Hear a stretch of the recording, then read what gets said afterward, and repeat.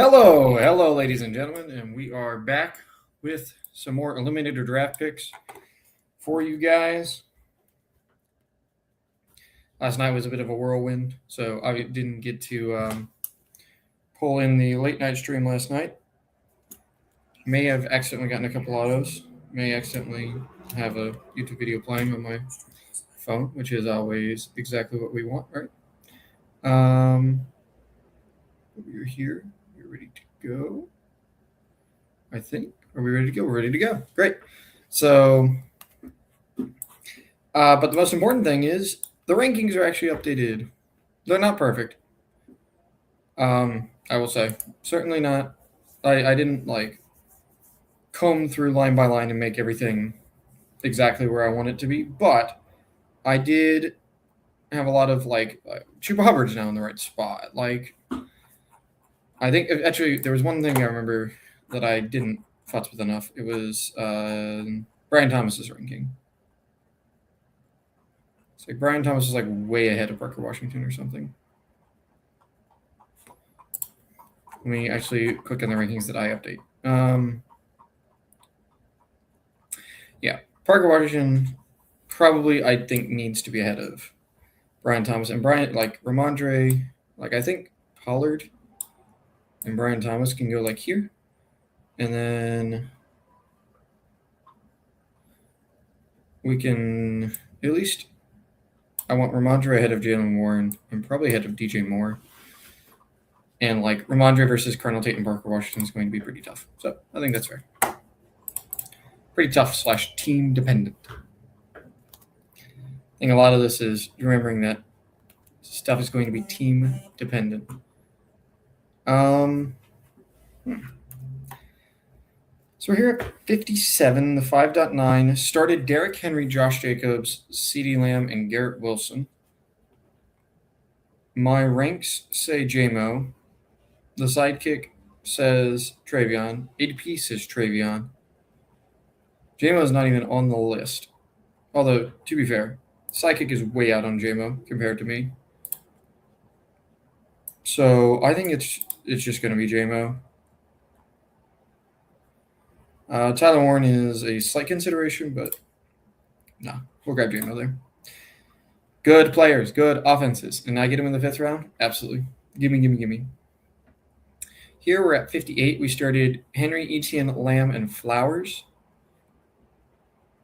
And it's saying Travion. Travion's not crazy. I still don't particularly like him, especially in this format.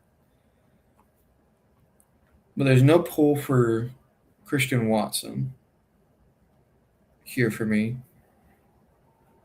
And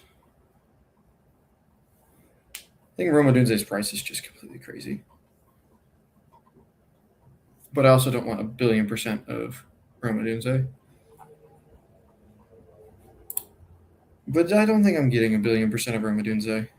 It looks like I'm going to be above market on Odunze, but not crazy. So I'll take Odunze there. This seems like pretty clearly Ramondre. Lamar, Scatabo, St. Brown, Rice, Bowers. Ramondre can need to fill out that starting lineup with good players that score points. This is going to be Odunze over Parker Washington for me.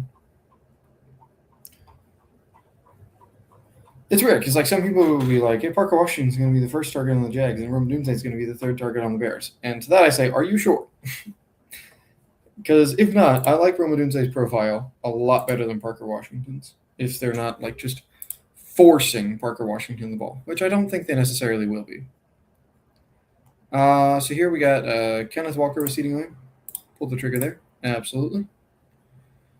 Here at 40, we started Genty, Walker, Jacobs. Interesting start. Ladd or T. Higgins would be the 2 people that I'm looking at, and T. Higgins is higher in my ranks. There's no bye week issues with either of them, really. Projecting any bye week issues further. Yeah, we'll just T. Higgins. Epic 55 with 3 receivers and a tight end. We started Amon-Ra St. Brown, Rashee Rice, Ladd McConkey, and Bowers. And we're choosing between Devontae Adams and Luther Burden.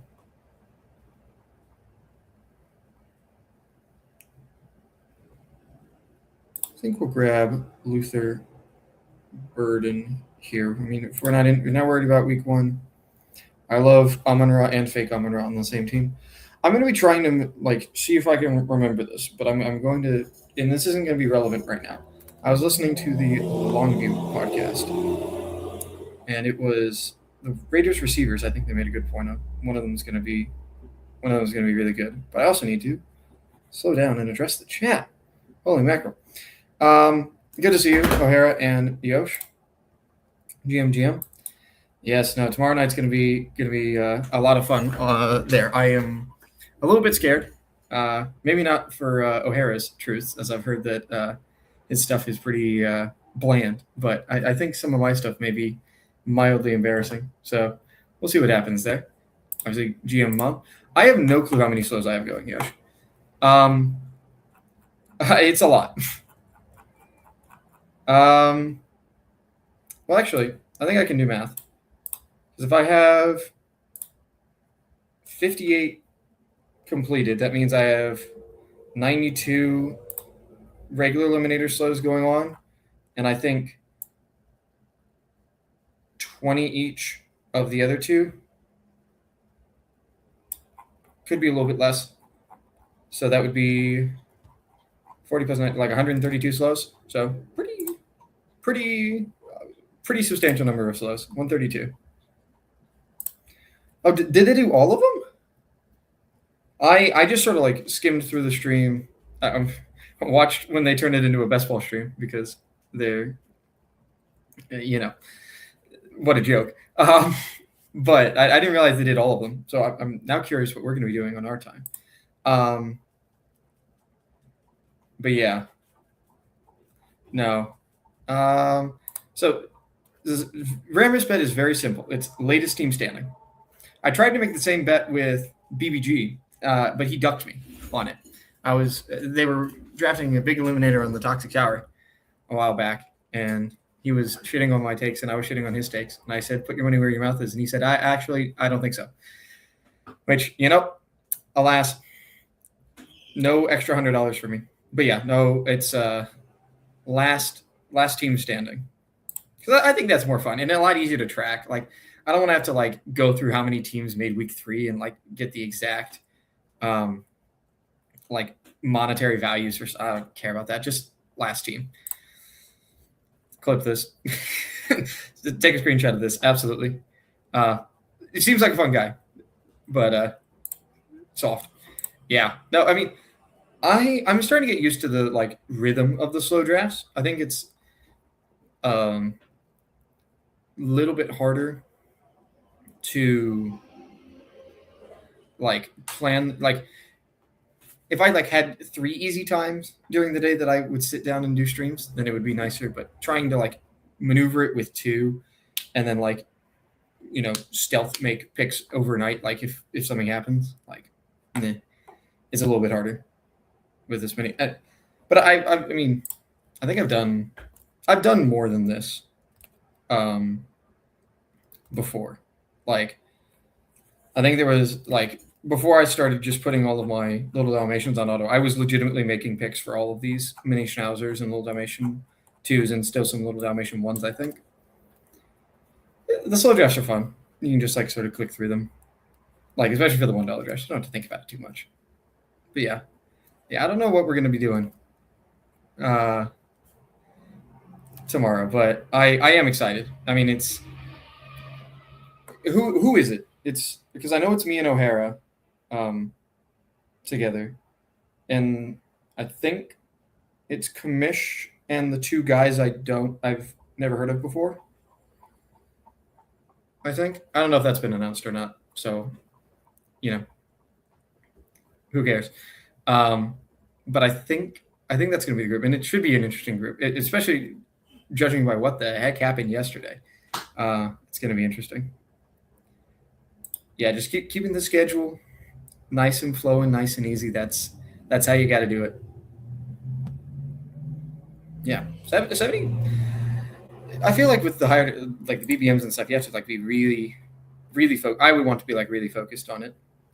And it's crazy now that I'm doing all these slows. I haven't done a fast draft in a week or 2. which is crazy. Like I'm used to just firing in like a fast draft going to bed, but I'm like, nope. I did all my slow draft picks. I've done all the drafting I need for a little while. When these are done, maybe I'll fire in another BBM or two, or if they have any more of those like late promotions, maybe. But nah, it's good. But I think unless there's any more questions from the chat, we're going to get back to making some of these picks because what interesting. What the hell happened here? Hold up. I forgot that I had this team. Saquon at 18. Jesus Christ. That's an owl if I've ever seen one. So we have Saquon, Amon-Ra, and Zay Flowers here. The kick wants us to take Scatabo. I don't know about that.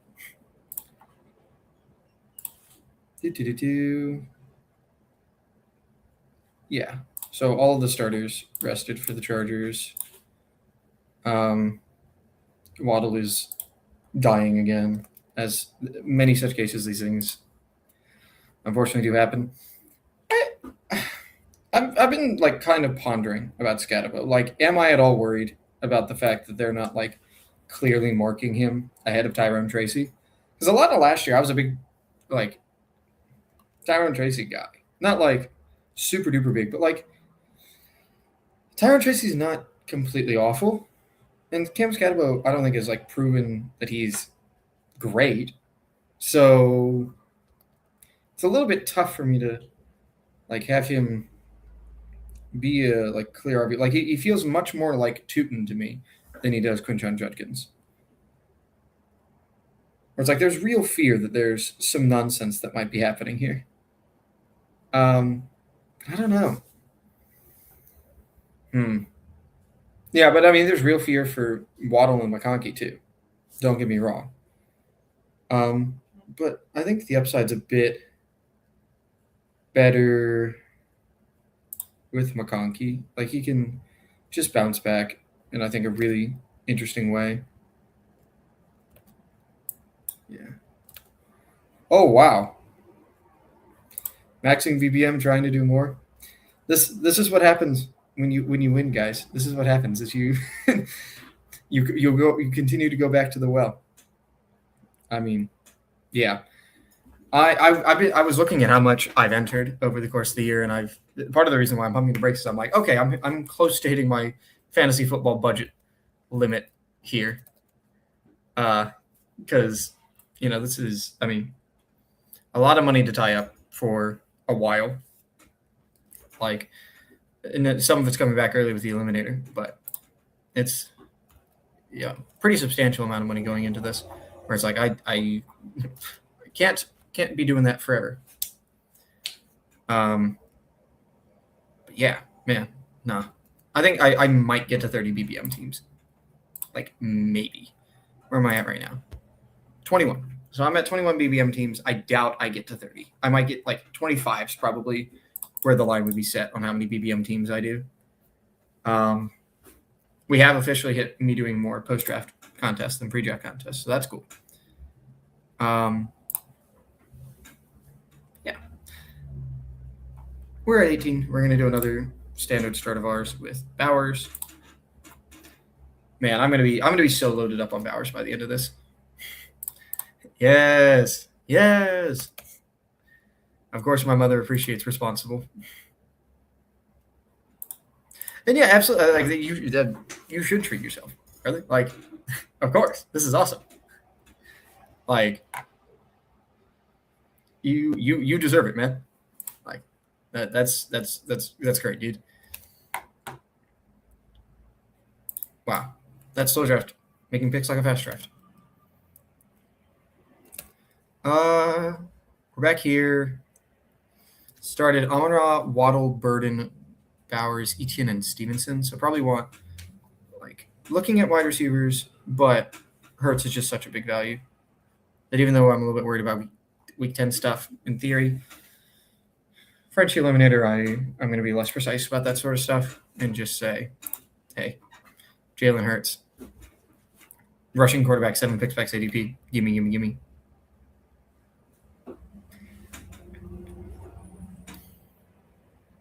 Yeah, I mean, and the Bigelow's not in the lobby anymore either, is it? I don't think. I think that filled up the past couple of days. So the Eliminator streets are barren. Yeah, I was also like thinking like a lot of the stuff that I was like loving to talk about is Eliminator stuff. So I'm like, I don't know what content sort of stuff I'm going to be focusing on post getting all these drafts in. Like maybe switch to looking at DFS. I think would be probably the next thing because that's I think another like interesting avenue for these sort of like not quite best ball, but in the fantasy football sphere. Focus more on the Squib League as well because yeah, home leagues are fun. I might because I have one more Big Gorilla team that I have planned to draft. I might see if I can like futz around with the Wi-Fi enough that I feel comfortable drafting that as a fast draft and streaming that as well. That might be fun. Like bring on that would be fun to like bring on a bunch of people. Do one of those like joint drafts. I always think I've always thought that would be a heck of a time. Like when they do like the ship chasing main event sort of stuff like that. Whether or not it is, it looks like a ball. So yeah. Back to making picks. We got Achan, Ramondre Stevenson, RJ Harvey at the running back position. St. Brown, Flowers, Waddle, and Burden at the receivers with Justin Herbert at quarterback. I think Diggs is interesting. Like the top three in my ranks, I think are all interesting for different reasons. I probably do need to move Jackson Dart down. Like there's been real concerns about this offense, I think, and his rushing ability going down that I think are hard to ignore. But also, why am I ahead of market on Alec Pierce? Okay, that's atrocious enough that I'm fixing that right now. So we'll move Dart down. We'll just move this entire like pocket of quarterbacks down, I think. Like they can go here, I think. And then we'll move Dart down a little bit further. And then Alec Pierce needs to be nuked.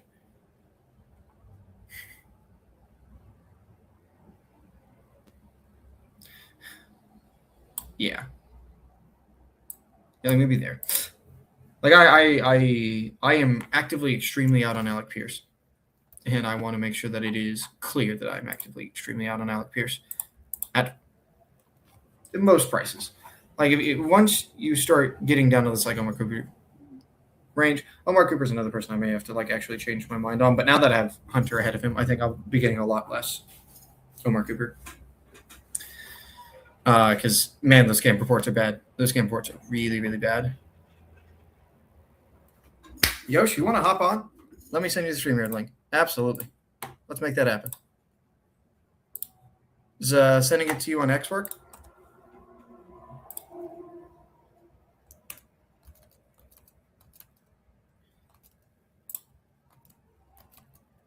Let me know.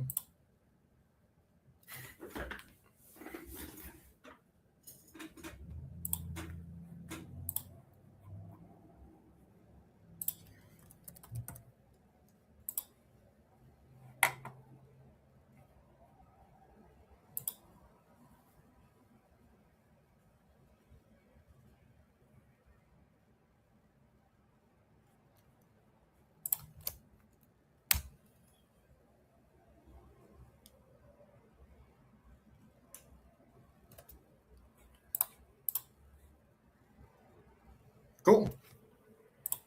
Booyah. Maybe having a surprise special guest to chat with. That is always a great time.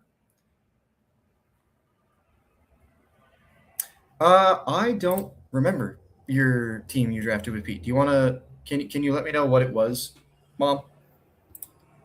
And then I remember making fun of it, but I don't remember if that was because you drafted it or if because I thought it was bad. So,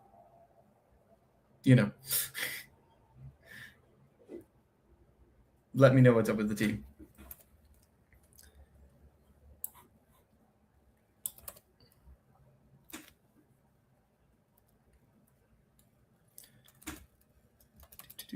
So I got that sent. Should be in your Twitter DMs, Yosh. Yeah. Oh yeah. Let's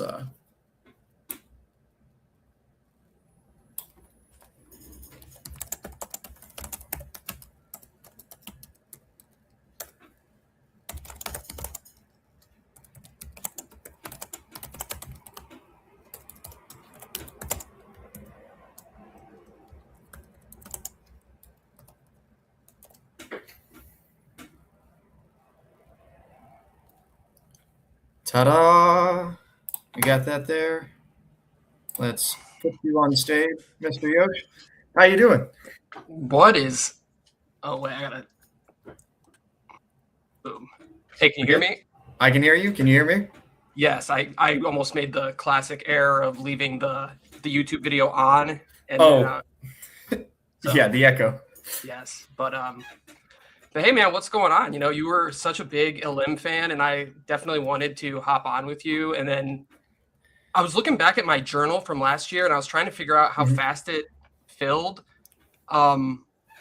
Because I definitely got caught off guard last year and was doing like 15. I have a note in my journal where it's like, I did the math and I had to do 15 a day, and I was doing them all fast drafts. So that's crazy. I definitely avoided that this year. But yeah, thanks for having me. I know this is impromptu, but I definitely like, out of all the different people who I didn't get a chance to stream with who kind of shouted me out, I was like, Nathaniel, like, you grew on me so much in the competition, man. I'll be honest. Like, now when I was in like growing up, like I definitely had an affinity for the theater kids. Like I wasn't in theater, but like a lot of my like friends were really in that scene and stuff. So there was like I was like, I like this guy's vibe. And then the more you went on and stuff like that, the more I was like, okay, I don't agree with all your takes, but like whatever, that doesn't matter.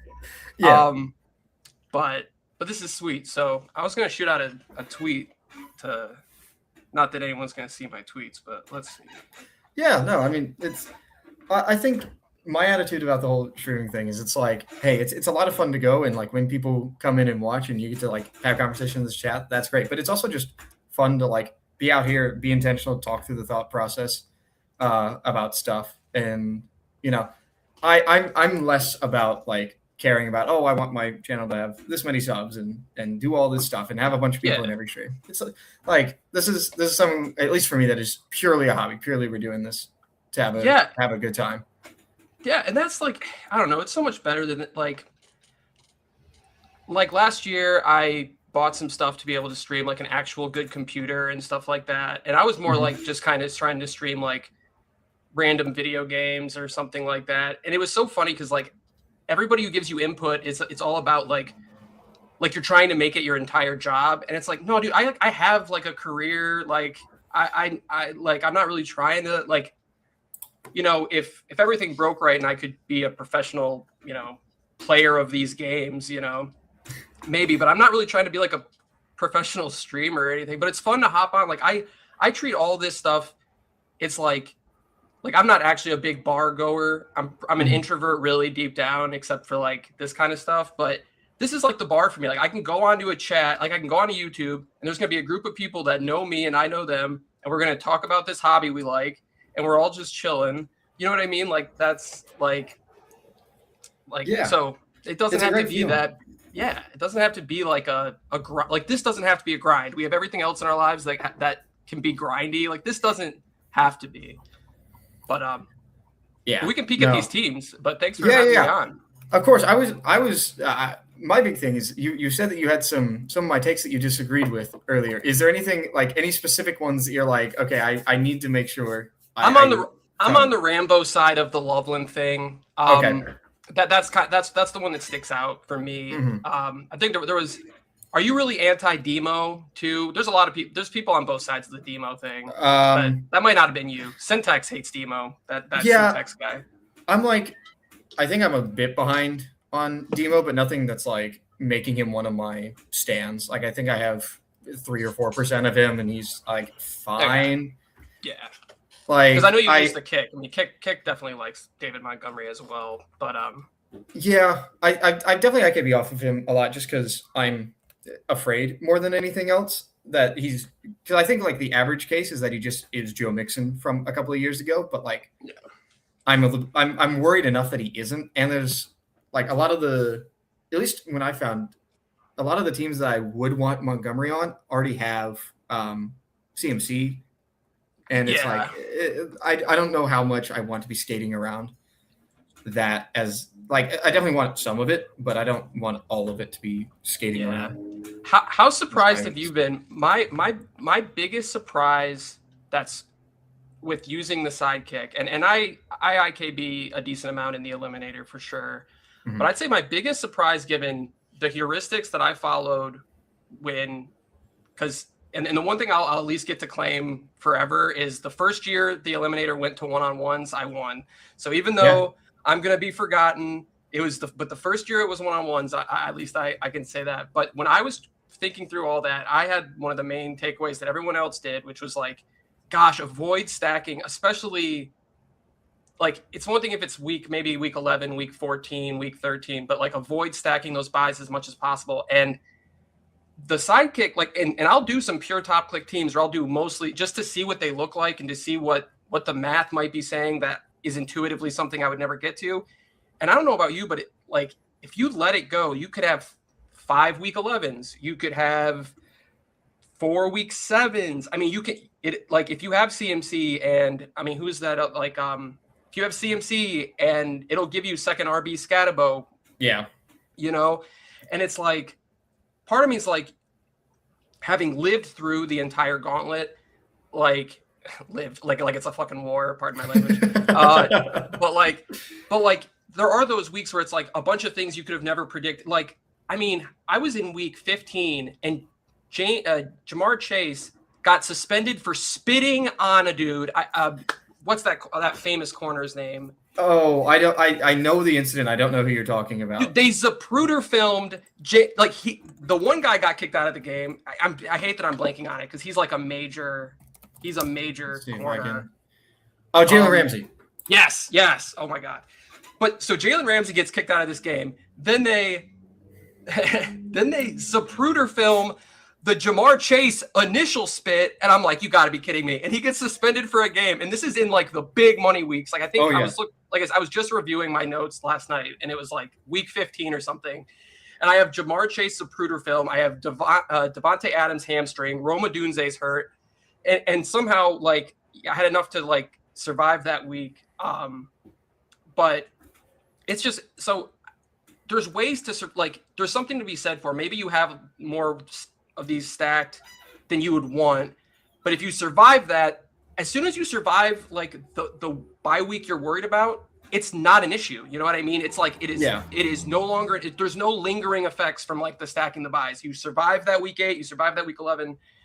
But I do wonder how much the EV calc is just warped by like if you get to week 11, I don't know how much it is. Maybe it's 500, maybe it's an additional 1,000. I can't remember. Yeah. But I wonder how much that's skewing the math, you know, of like, and not skewing, but just saying, hey, listen, like the chances of you actually winning this whole thing are so infinitesimally small that just who cares if you're stacking week 11, like that's good money. Those are good players, whatever. But it really puts my brain in a blender trying to like because I still want to, you know, we want to win the whole thing. Like, yeah, we want to make the most money in the aggregate, like over 10,000 simulations. Like that's undeniably the right thing to do, but really we want to win the whole thing. And that's kind of two different things, but I mean, no one can ever expect to win a 200,000 person tournament. And I understand that's rich coming from me, but hey, no, I mean, but I'm sure when you were entering it, that was not your expectation. You're like, hey, I'm going to do this. I'm going to, you know, try my best and, you know, whatever happens. Like, that's never the expectation. I think I've become more comfortable with it this year. Like the amount of teams that I've started, London Puka, the amount of teams that I've started with like Derrick Henry, Ashton Genty, where it's like week 13, I'm a little less. Week 13 is when I start to say, listen, I'm like 5K. I'm like whatever, dude. Like, because I love the Ravens for all of my entries. Yeah, yeah. I don't know if you caught my. One of the first streams that I was doing the slow draft picks was like I had like a 30-minute conversation, 30-minute lecture, I guess, where I was just going through like all the like first 3 weeks for each of the team schedules, the first 8 weeks, and like trying to think of what people may not be looking at in terms of like which schedules are way easier and which schedules are way harder. Yeah. I don't know like what teams you pulled out, but for me, Baltimore was like one of the big ones. Baltimore, Vegas, Dallas, and Detroit were like the main targets for me there. Yep. And then I'm right there with you. Yeah, and it's also on the other side. It's part of the reason why I'm like so out on Jeremiah Love. It's because I think the Arizona starts the season is just brutal. Yeah. Same with San Francisco and Buffalo. Like it's just. I still probably took more Love than I like. If I didn't have the kick, I don't know how much Love I would have had in Eliminator. I still took some because I was like, okay, latest possible bye week. Even if like what if he just gets like garbage? Like the dude's electric, they're down 3 touchdowns, and he gets a dump off and he takes it to the house or something like that. And it's like I could tell myself a story, but I'm with you. But those teams you identified, I am right there with you. Like the number one for me was just like, oh my God, the Ravens have like a modern offensive mind. And like I might be reading too much in, but like earlier on when there wasn't as much news, the first reports of like the receivers talking about Declan Doyle, the offensive coordinator for the Ravens, they were like, he's smoking on that fucking crazy like witch doctor pack. Like I'm like, what is going on? But the Ravens schedule looks so juicy. That was a huge one, and they have a late bye week. So I like the amount of times like Lamar is like the second on the kick, and I'm just like insta Lamar. Like, yeah, and it feels nice at least to like have those. Sorry, go ahead. No, I was just agreeing again though. The line and I'm a Lions fan, which is another reason why I think I have a different perspective on the Demo thing, because I actually saw what happened to him a little more close up, and I don't think he fell off. He had a little bit of an injury thing, and then it was just like the Lions weren't as good last year, and it was like Gibbs is a game-changing, like maybe not I think he's kind of a generational talent, but that word gets like literally misused. But he's just incredible. But yeah, I agree with those teams. What were you gonna say? Sorry about that. I've been yabbering a lot. No, you're good. I mean, I want you here to say your takes, dog. Like, I think at least for me, like having like, because I'm not necessarily always super comfortable with the idea of having elite quarterbacks and elite tight ends, but I am always very comfortable with those players. So like, the more comfortable I am with the player, the more I'm like, okay, I can do the maneuvering and dodging around that is necessary to make this work. And Lamar is one of those players that I'm like, yep, I'm at his price. I'm so comfortable doing the maneuvering and being like, hey, I can take either, like some real, like shitty second and third quarterbacks, like some Cam Ward nonsense, Cam Ward, Bryce Young, or just like wrap it up with, Lamar, Dak, and be done with it. And it's like, that's going to be fine. The two versus 3 at the onesies is going to be something that I'm going to be running into a lot with how much I'm taking Bowers, Lamar, and like Tyler Warren. Yep. No. And it's like the 3 QB team thing is so comfy in theory, and in feeling like when we do it, but it was something interesting last year because I had Russ Wilson on my team and he got benched obviously in like week 4. Now he did have a good spike week early on. He had like that insane like overtime game where Wan'Dale Robinson had like 700 points. Yeah. It's against the Cowboys. I remember that game. Don't you worry. Shit. That was against the Cowboys. But then he was nothing. So even though I had a 3 QB team, I sweated for that basically that whole year where it was just Brock Purdy, whose toe was like an anomaly and a disaster until week 10, and Matt Stafford, who ends up winning the MVP. So thank God for like Matt. I had like Stafford, Kyron, and Devonta Adams. So like other than Puka, it was like if they were scoring touchdowns last year, like I was getting them, mm-hmm. which was nice. Yeah. But Yeah. What? So we're gonna go. I'm gonna. Yeah, we can start making some picks. Yeah, we can make some picks. Yeah. So I didn't realize how high I was compared to market on Gainwell, is what I'm actually looking at here. Because I think this is actually a pretty tough one with 3 week 10 buys already here. I'm not sure I want to take Gainwell, even if he is my favorite player of the bunch. There's so many, and I didn't like. There are some players that I don't have a take on personally, and if and it's so different because last year, like, I was balling on a budget big time. Like I canceled ETR. I was like, whatever. I didn't subscribe to anything. I didn't have any tools in. I didn't have any ranks because I was just like, what? This is the first time this one-on-one eliminator thing's been around. Like, let me just do it, and like I don't need to pay somebody else to like. But this year, if I don't have like a strong take, I do kind of get sucked into like what the sidekick is telling me. And Kenneth Gainwell's one of those ones where it's like I don't have a big take, and they don't like him, so I'm gonna wake up and just have like 0 Kenny Gainwell. But no, but for this team specifically, it's so frustrating how many sick receivers have week 10, because like even like the Pat like the late guys, even like the Pat Bryants have week 10. I'm trying to think of who. There's like another batch of like dudes that I like kind of later that have week 10 as well. Yeah, all the Denver guys, whichever one. Tampa Bay. Like if you're on the Ted Hurst, like as like a last click train, it's like that one sucks. Burden and Rome. Yep.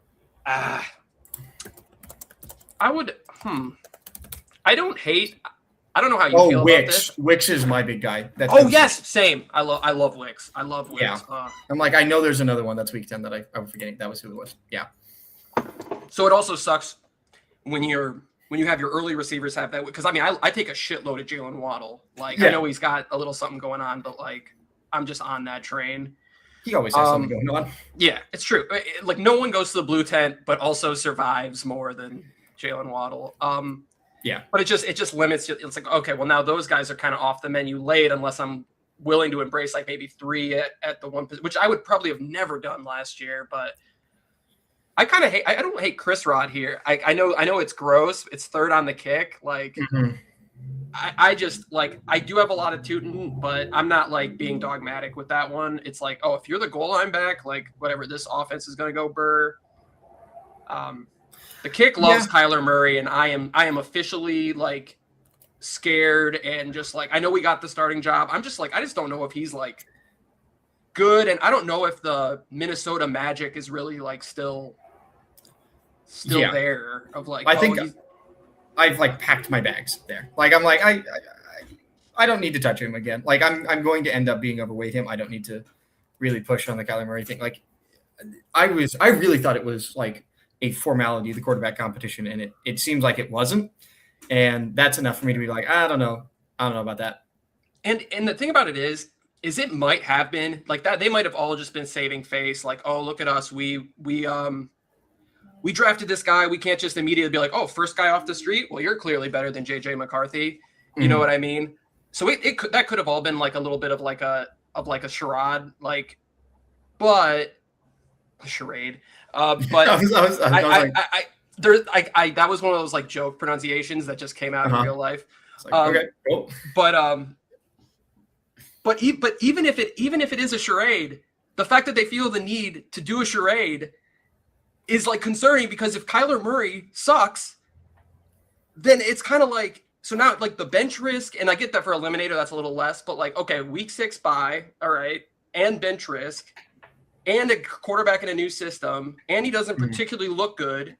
Like, because beat writers want to hype up everybody right now this time of year. So if you're not getting any hype, like you're clearly better than fucking JJ McCarthy, like that worries me. And it all could be bullshit. I'm saying this as someone who I don't quite have 22% in Eliminator, but I have like 16. I'm still like double the field because he can rush and he's he scores fantasy points when he plays. Like at least that's my thought process. Is I'm like he doesn't need to be good to score fantasy points, and he does have the upside of KOC has made a lot of bad quarterbacks look at least pretty decent. Yeah. Yeah. I'm he absolutely has. Yeah. And I don't know if it was. Go ahead. I was just gonna say this is something I always think about with Kyler is it's like I think the like biggest bench risk for him is like exactly week 7. Like you come out of the bye, JJ McCarthy comes in, and then JJ McCarthy like shits his pants week 7, and he comes back in. Like that is a reasonable thing. So I am even less inclined to look at him when I am probably going to be too like at least possible that that's it clever. would be Herbert and Kyler just together. I think that's clever. I'm like, no. To say, okay, like I'm not pairing this guy with a week 7 because if there's going to be like an experimental week or something, it's probably I could see that. And you could absolutely see them being like this one of these weird things where it's like, and I don't know if teams really even do this anymore, but something to the effect of we're going to see who's doing better in practice on Wednesday or whatever. Like you could see them kind of like, I don't know. It could be so annoying, especially if it goes bad. If they're winning, then like I think obviously you don't have to worry about it.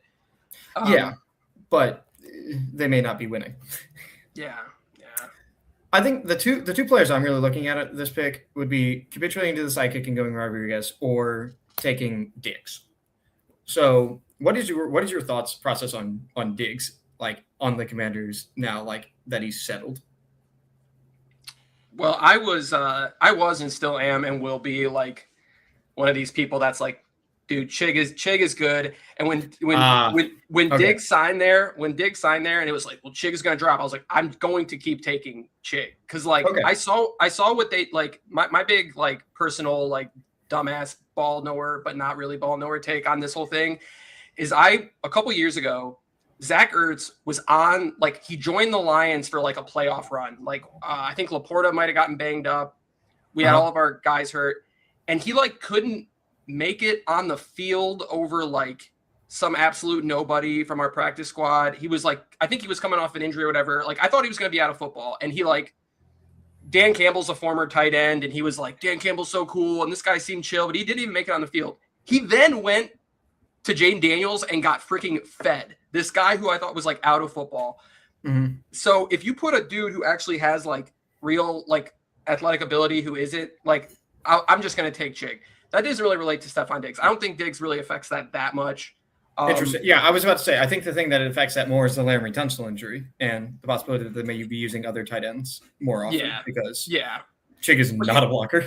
No, but if you have a 2 tight end set in that regard, Chig is going to be the one running the route in that case. Yes, absolutely. But I don't hate the Diggs pick here. And I don't think Diggs is like, I think Diggs is the classic case of the risers don't really rise enough. And as much as Diggs was also one of those guys where I thought early on I was taking him so much. I think I was taking him during like a period on DraftKings where like there was some promo and it felt like I was. Sometimes there's those guys where you feel like clicking them sticks in your head more than other guys. Yeah. So you're like, oh, I click this guy a lot. And then you look at your exposure and it's like 5%. You're like, I could like. How'd that happen? Yeah. And it's like Jeremiah Love's one of those guys where I'm like, God, I've taken so much of this guy and like their schedule's so hard and whatever. And then I look at my exposure and it's 5%. I'm like, every Jeremiah Love click causes me such psychic tension that it like sticks in your head. Whereas Diggs, I was like, you know, those guys before they sign, it's like, oh man, is he like going to have like this lawsuit? Is it going to, you know, blah, blah, blah, blah. But no, I don't. So scroll up to your running backs again. It's just, oh no. Oh, that's kind of Stevens and Harvey. Yeah. Like I think with 2 or 3 others, like that can be a fine enough running back room. I don't think we're desperate there.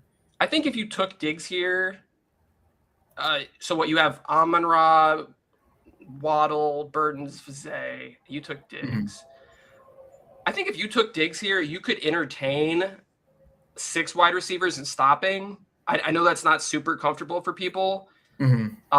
And in Eliminator, like, I don't know, like the problem is you're late RB. Like, what are you really gonna? Is this one of your Bowers teams? Is this a Bowers team as well or no? No, this is going to be 3 late tight ends. I don't hate the Diggs pick though. Like, I mean, I don't think that's a bad pick at all.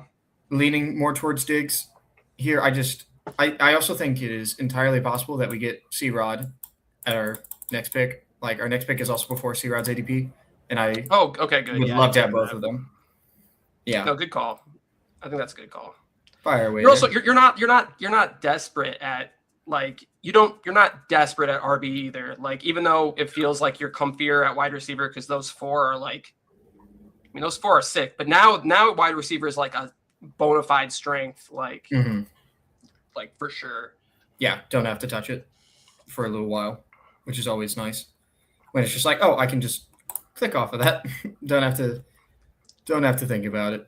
I missed the boat on the Frenchies, man. I was so focused on getting like my mains in. So this Frenchie 3 elim I missed. I missed the first one because you sickos like insta filled it. Insane, like, yeah. Like, and I had just gone on the off and on the clock in like May with, I think it was like June or like with Pete and the Badge Bros. Shout out Badge Bros. John and Nez are like, hey, like my they're awesome in the space. Yeah, they're so good. Like, and I was on there, and it was not because of me or that show, obviously. But then the Frenchie elim comes out that day, and I'm like, oh, cool. I'll see what the streets are like, because I don't really want to draft my main elims this early. Like, it's just like immediately feel. I might have I don't know. I had some kind of plans that weekend, and it was like, oh, guess not. I guess no Frenchie elims for me. Yeah, a lot of the Frenchies seem to fill like a little fast. The Frenchie Eliminators, I think, like the 2 was like filled before Friday was over. That Friday was over, I think. I like put in half my slows, and then like I came back to the app halfway through the day, and I'm like, oh well, I'm doing the other half. Insane. People were so thirsty, and it makes sense because like it's time boxed, and you can just like get your feet wet with the Eliminator ADP or whatever. Like, even though by that time I thought it would even have been adjusted that much. I don't even know, but yeah, some of the early Eliminator ADPs were very strange. Yeah, very, very different than what it is now. So you got Bijan, Brees, Bucky. That's tasty. Nice. Yep. Rashi and Devonta. Adams is giving me such trouble this year. I'm sure he's one of those guys where like I have no idea how much I have of him because of that thing I was just talking about with like how every time I click him, because he was one of those guys where it's like, I'm trying to win $200,000 and this motherfucker's on the sideline, like rooting on his team. And I'm like, are you kidding me, Devon? Because he was on that team and he was like dinged up for like, and they're saving him for the playoffs or whatever. And I'm just like, man, like these dudes, like it was the same thing with Josh Jacobs. And I know you were you and me might've been the last 2 people in the whole contest with Josh Jacobs. Very possible. And late in the season, he did have like an incredible like week 15 or something where he like against like the Broncos of all defenses, he had like a crazy like one of those weeks. But then he was like questionable for like the rest of the season, and it was like, so tough. But hey, yeah, no, I can like still picture the fumble being like, oh, it's just a fumble, we're totally fine, and then watching the lost yardage in that game switching me from winning to losing that week. Oh my God, the pain. Yeah, it was. I lost that week by like 0.2 points, and he lost 4 yards on the fumble, and I was like, what week was that? Oh my God, that's horrible. It's either week 10 or 11. It was. Yeah, it was. Like everyone loves to share their bad beat stories. I feel like that is a like actually pretty bad beat. No, that is like, yeah, no, yeah, you get shit on for sharing those kind of stories, but that one's fucking brutal. Yeah, I had the opposite. Like, it was like I think week 15 or 16. I went up against somebody who had the Kyle Pitts 40 burger, and this guy's team ended up scoring like 170 something points. And my team scored like 177. It was just like, yeah, buddy, like you bring in the smoke. Like, guess what? My team just went giga nuke too. And like, I spent that whole, because I'm pretty sure Pitts went nuts on a Thursday night football game. So I spent the entire weekend, like it just essentially like in mourning. I was like telling my fiance, I'm like, the run is over. Like, this was great though. Like, look at how far we got. We had 2 teams get pretty far. And like, I don't remember if it would have been 20 or 30K at that point. And I was like, it's over. But then deep down, I was like, if all of these insane things happen, I can still pull it out. And then it was that was the crazier sweat of any of it. And that was like I think it was not the semifinals, but maybe like the third to last week. It was just unbelievable. Yeah. Cause if I remember, your finals week was like pretty relaxed. From what I remember, it definitely didn't feel that way in the moment. Of course not. But in hindsight, it was like it was when Brock Purdy scored 2 rushing touchdowns and then threw a touchdown to Jennings. It was like, okay, I'm like, the math is going to tell me that I'm basically, unless Puka Nacua goes like giga mega nuke, like I'm probably going to win. You're good. So that was like the excitement of that. Like I can still see this like deep crossing route to Jennings because that was just it. And I was like, but the guy who got in second place, Gunnar Ross, who's an awesome dude in a lot of these chats, and like he's awesome in the community. He had CMC. So we were in this very zero-sum game at the goal line of like, does Brock Purdy run it or throw it, or does CMC run it? And unfortunately, no. And it just went my way that day. Yeah. But yeah, I think I ended up winning by like 10. Like, I think I won by double digits in the end. So it did end up being kind of definitely more chill compared to the other ones. But what? So we got Kick saying Marvin Harrison here. I don't know how you feel about the Marvin Harrison. In Eliminator, there's a part of me that's like, latest possible buy. He should be the wide receiver 1. I almost don't overthink it a lot with him. Like, I'm just so incredibly out on Michael Wilson, like that I like fall into taking Marvin Harrison sometimes. I think this is like the style of team where it's like, Marvin Harrison as the third receiver on a team where I already have the flex filled out. Yeah, this is probably the right direction to go. I don't love passing on Hurts here, but I think we can get other quarterbacks later. It's going to be okay. Actually, we have Steve here as the only pick between us, and I really doubt that he's going to take another fifth receiver. I think that's a good call. Yeah. So I think I'll take Hurts here. Yeah, I think I take Hurts here. Say you can take your running backs, and then I will because he almost has to go Dobbins there. He almost like has to go Dobbins with at least one of those picks, and he probably just double taps Dobbins. Brooks. Yeah.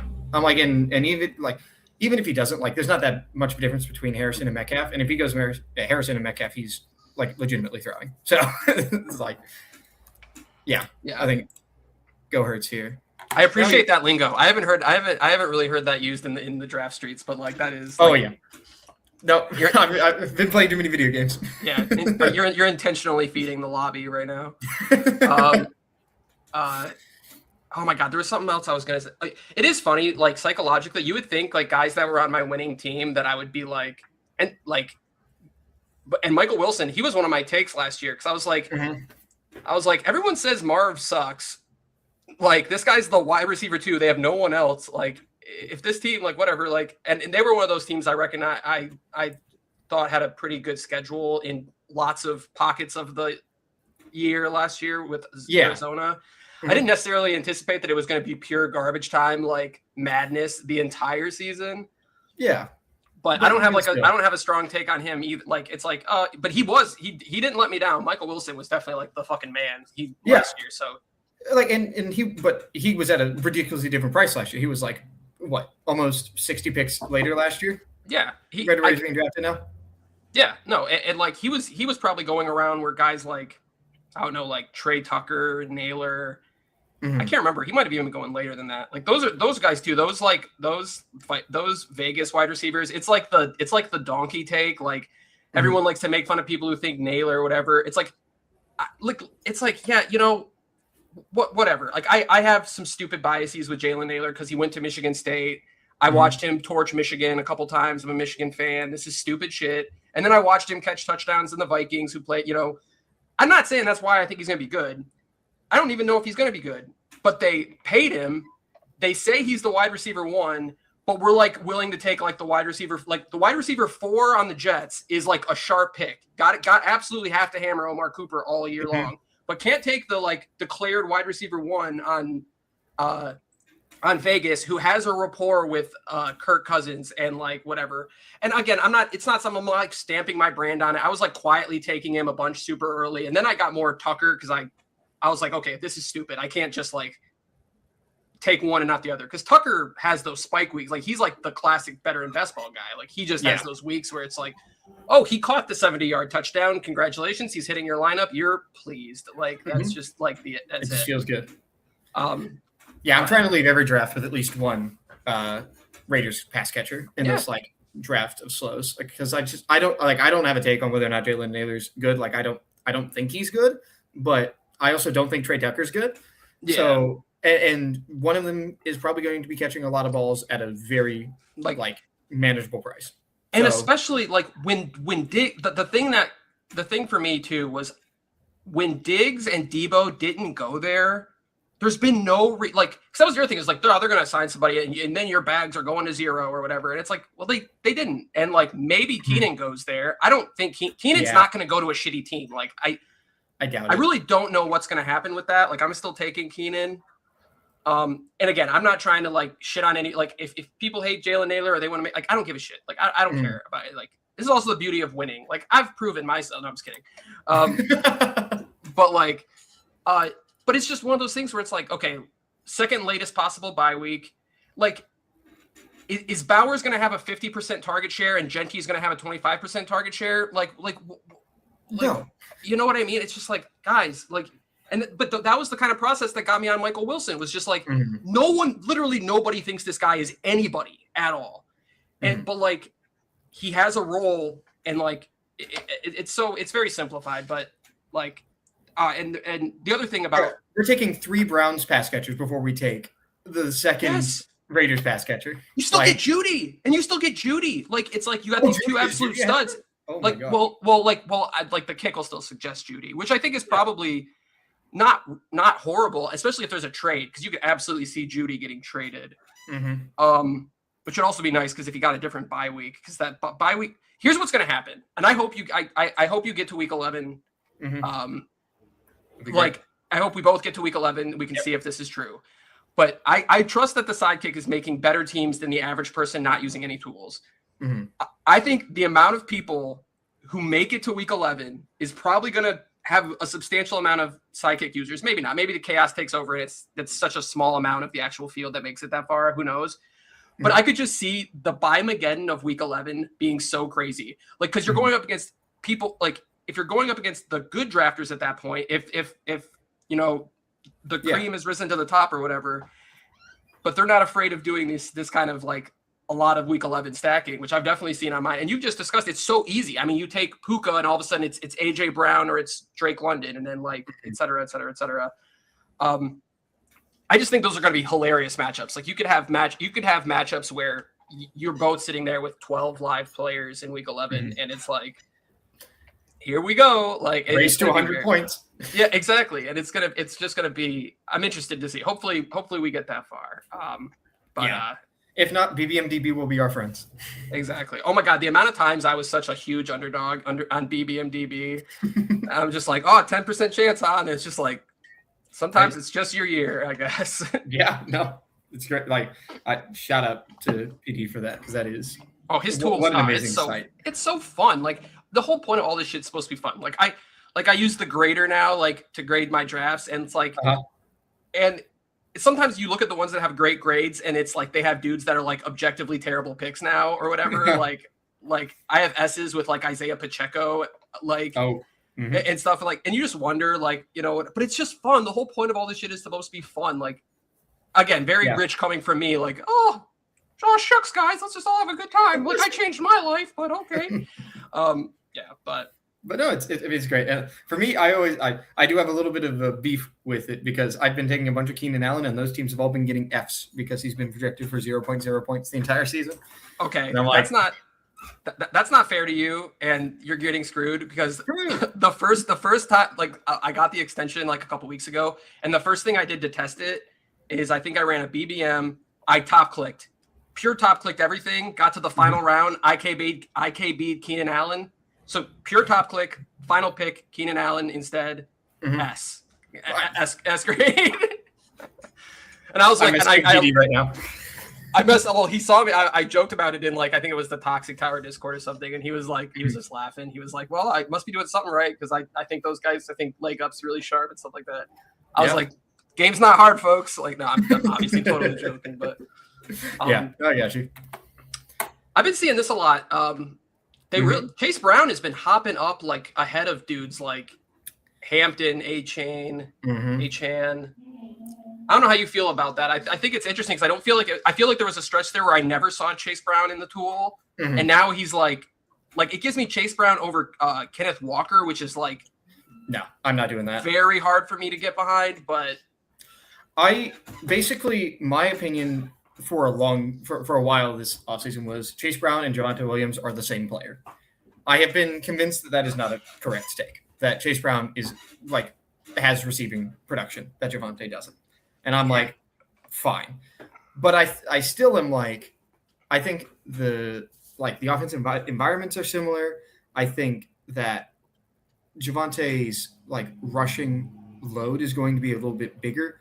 So it's very hard. It's a very easy comparison to make, and it's very hard for me to be taking a lot of Chase Brown with that. Now, the camp reports that he's catching a lot more passes and is going to be a lot more involved in the offense and is evolved into a player that they scheme touches for.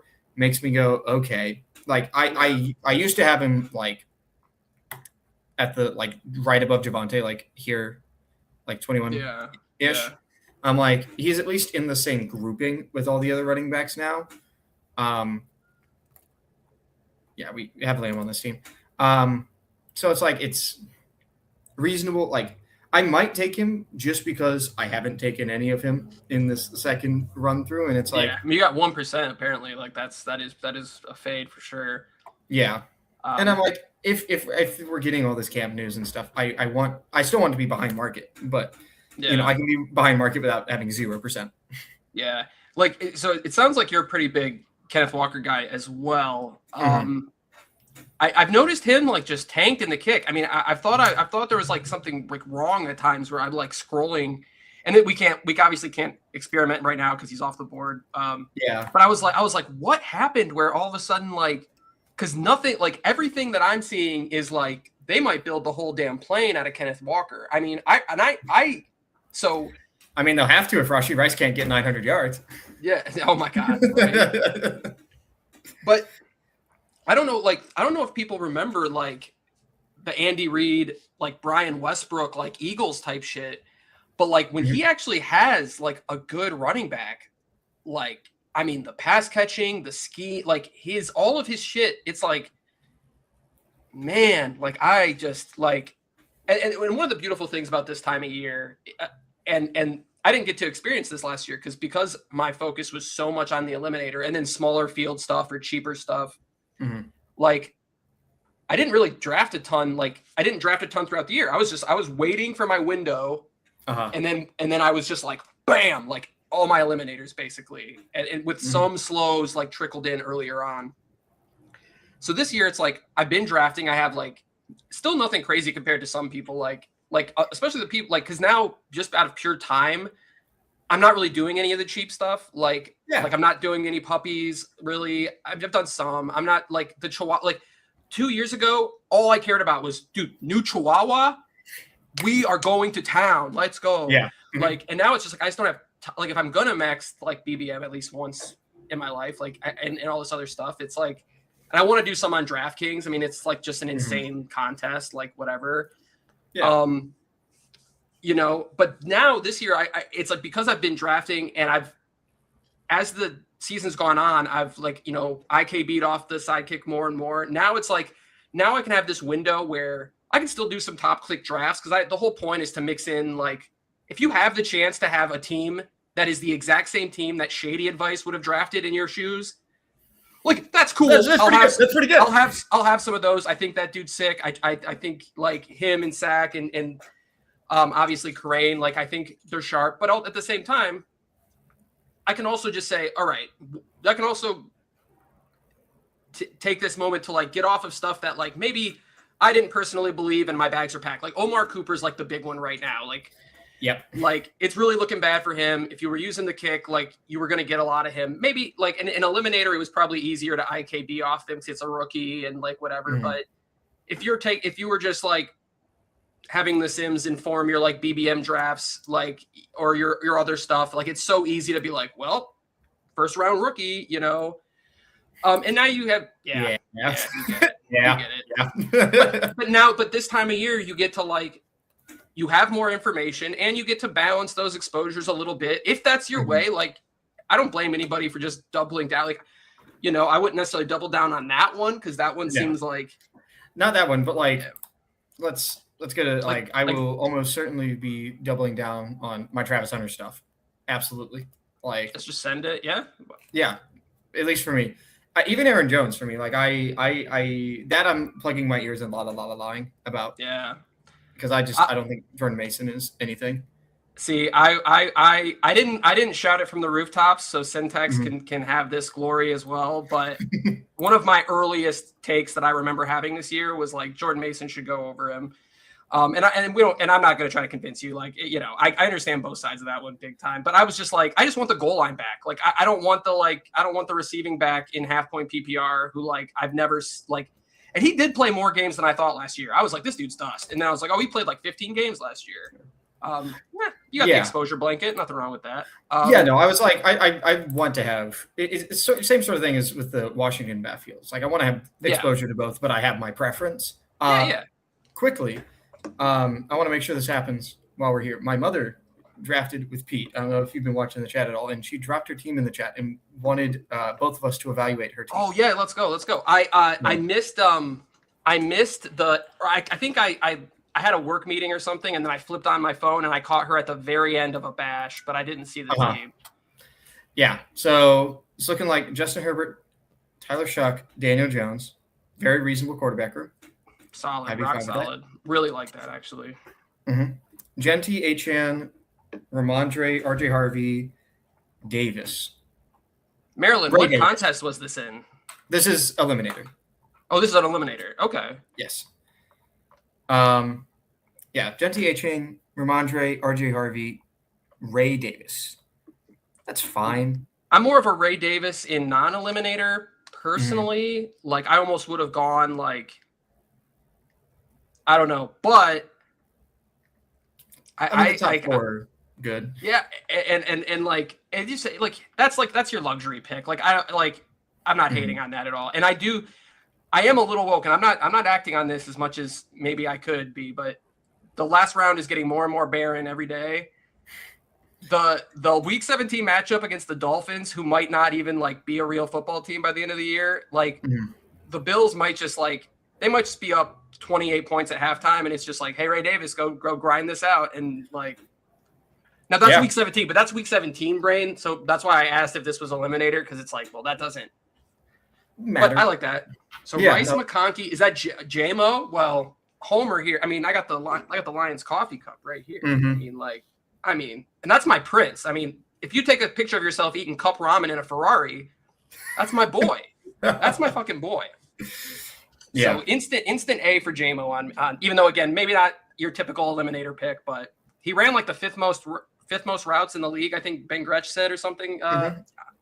And their early schedule is easy. Like I've been like I was out on him a little bit earlier, and I'm trying to get more of him because I'm like good players on good offenses that have easy schedules. Like try and keep it simple, stupid. Like I think Rice is someone who I've been very in on depending on price. Golden, I think, is going to age well as much as I think that he's a bad receiver. Like he's just. I think I took my first Golden. I think I clicked Golden for the first time moments before hopping on this stream. Like out of all my teams, which again it wasn't. Now here's the thing: Sidekick doesn't like him. I hate the Packers more than almost any entity in the world. There are other entities. I won't go there. A lot of things going on in the world. Yep. But the Packers are up there in the axis of evil for me, and so you don't have to pull my arm to not click a Packer. Even though I say that, and I had Josh Jacobs on my winning team, I absolutely take Jaden Reed. I absolutely take Christian Watson. But no, I think that's a fine click. And you don't have the 11 by Mageddon here at all. No week 11 quarterback, no week 11 running back, no week 11 wide receivers. Stevenson's a week 11 running back. Oh, thank you. Yep. But still, okay. But that's pretty nice because terrible. If this team makes it to the hypothetical we were talking about, if this team makes it to week 11 and goes up against one of those sidekick teams, it's gonna fucking eat. Yeah. Oh, and Pitts is week 11 too, so that's a little. I guess that's kind of tough with Dulcich and Mayer. Okay, we need Chad Candles. Shout out Chad Candles. We need Dulcich to be him. Yeah. No, I mean, Mayer is. I that's probably the pick I would make the most fun of. Oh, Oh, never mind, never mind. I thought you went mute for a second, but no, you're back. Oh no, yeah. So good. Yeah, Glad to not be muted. So Mayer is just I don't know. Like, there's a bunch of bad tight ends. If you wanted to, like, I would probably have just stuck with Pitts and Dulcich and been like, yeah, whatever. My tight end room's kind of bad. I would have probably taken another receiver, just because I'm not confident in those guys. Yeah, I'm interested to see what kind of tight end was maybe around the Jennings pick. I'm not huge on Jennings. Again, this is a guy on my winning team. Okay, like so, I'm just a hater of all my dudes. Apparently, I don't know what it is. Like, there was a story about the Jennings pick because I'm a big Juwan Johnson guy, and my mother was I saw that part. I saw that part of the show. Yes, that's where I jumped in. I jumped in right at the like. Oh, I'm getting his Juwan. It's like the wrong Juwan, Mom. It's the wrong Juwan. Oh, that's so funny. Juwan Johnson would have been so good on this team too. Yes, he would have. Oh no, still a good team. I still think it's a good team, but that's so funny. I forgot about that. I did catch that. Yes, no, it was. I would say this is like a B- team in my mind. Yeah, I think it's a solid team, above average. I think that's a fair, with no connotation, not derogatory, not complimentary. Mm-hmm. That's just a fair assessment, I think. Like, really like that RB room. Like, Genty, Achane, Stevenson, Harvey as your top 4 is just really nice when you still have 3 wide receivers that on any given week you're like excited about. Well, I'm scared. Rice looks slow as shit. I'm being that guy. I still have a shitload. I have a shitload. I'm overweight. Like, I'm not a fader. Yeah. These are all paranoias for my own like stuff. Don't say that I'm fading him. Yeah. Don't put in the papers. I'm worried. But I am a little bit like, I'm like, oh, dude, is it bad to have a knee injury and be in jail after all? Like, no. It's so strange that I'm like legitimately like, oh wow, Malik Neighbors looks healthier than Rashee Rice. I guess I got to take Malik Neighbors. Dude, well, like the guy that I saw running on air that I was like, oh shit, and like Gretsch isn't buying it. I have the long view like in my head, like I was literally just listening to. What a phenomenal podcast! Like, it is so good. I've been listening to it when it comes out. It is so good.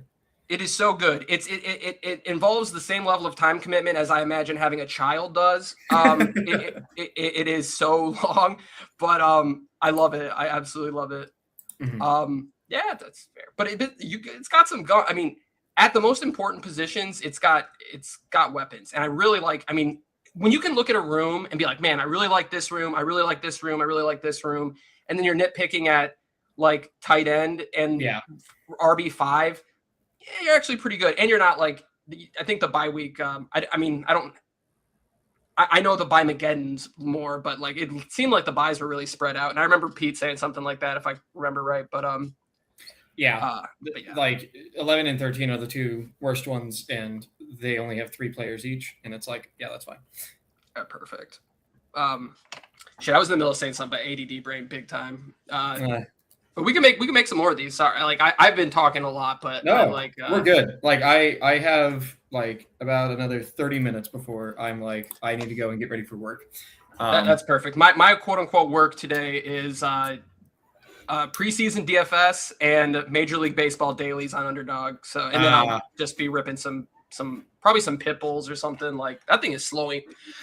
Can someone explain to me why the $50 Chow Chow gets released? Maybe one of the best structures on there if you have like the bankroll for it. I'm like, oh, look at me, Mr. Bankroll. Like, I'm gonna play the Chow Chow. Insta fills over a weekend, I'm pretty sure. But the Pitbull, which is $20 instead of $50, it just like I have to like babysit the room because it fills so slowly. Like I'm so confused sometimes about like where the price points of the people are, because it's like Eliminator's $10. It's filled by the fucking 15th of August. Chow Chow, oh, and that's supposed to be partially because of the price point. Then the Chow Chow is $50, insta fills. Damn it. Pitbull, like I don't know if you happen to remember the Pitbull from earlier. It like was around for like I'm pretty sure like 6 weeks. It just like sat there. Like I don't know. Like maybe it just like hits a bad middle ground because it's a 10 entry max, right? Where it's like expensive enough that you're not getting the like low stakes people to like max it.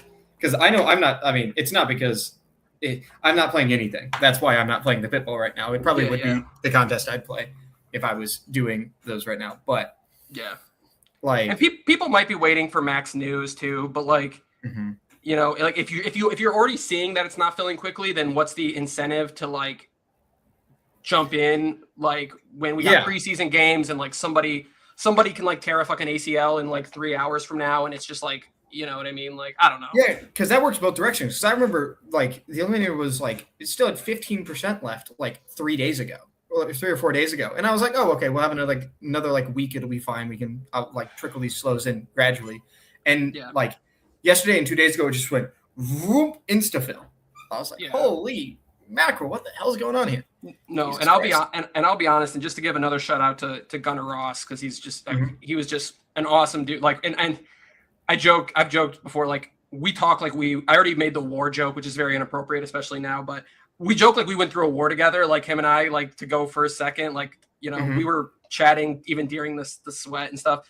He like reached out to me about a week ago or so on Discord and was like, hey, if you want me to keep letting you know, but like the fill rates for the Eliminator are like going nuts. And he was like tracking it by the day, and he had like these metrics and stuff like that. So he was the one that put me on to like, it's time. It's time. Yeah. It's time to rip. Like, and I was like, okay, yes, chef. Thank you, chef. Like we're let's go. But yeah, so we got a half hour. Let's actually make a few more picks here. Make some picks. Yeah. I think I'm leaning to having this be my exposure blanket on Chase Brown and going, okay, fine. I will take some of this guy. Yeah. I mean, that offense is going to be good. I mean, it's just going to be good. You can say the same thing about Hampton, but Hampton has like the 3-way split. People are scared of him. Like, and Hampton's been like really falling. Like I have like multiple Hampton Puka teams now, and I was like, really? Oh wow. Okay, sure. I don't think I have that like at all. But that's tasty. I'll take that. Yeah, like I'm like definitely not complaining about that. And I've been taking so much CD Lamb because I have him ranked at 8 that I'm like I should probably be mixing and matching who I have specifically with Lamb. No, good call. And I don't know. The stuff is so silly with like McDaniel. Like McDaniel's just a madman, all right? Like as one nicotine addict to another, like I feel like I understand the psychology of Mike McDaniel, and you can't trust that guy in terms of like like he's just like he just loves all of his dudes. He's he's gassing up all the homies. Like he's just chill. So here we have another one where it's giving you AJ Brown, like the week 11 already. Like it just feels so bad when your first 2 picks have the same bye. And I trust the math is smarter than me. Like, but God, it feels so. You just don't love it. It just doesn't. Like, oh great, but like, what's the? I don't know. It doesn't. It really probably doesn't matter. For me, this pick is about what can make my opponent at the turn take George Pickens, because I would like 2 of AJ Brown, Nico Collins, Javonte. I think there's like a big difference between those guys and everyone else. And I'm like, is there like, does leaving Javonte make it more likely that he'll pick George Pickens? Does taking AJ Brown make it more likely he'll take George Pickens? I don't know. I wish I could figure that out. It's an interesting approach. That's fascinating. Like, because I don't think there's a big difference between AJ Brown and Nico Collins, personally. No, probably not. And Javonte is just like the last running back that I feel like very, very secure about.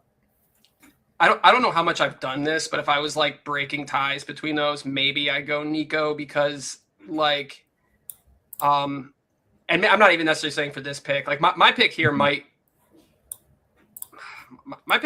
have been like just Javonte, because it's just like give him like an embarrassment of riches at wide receiver, see what he does, lock up that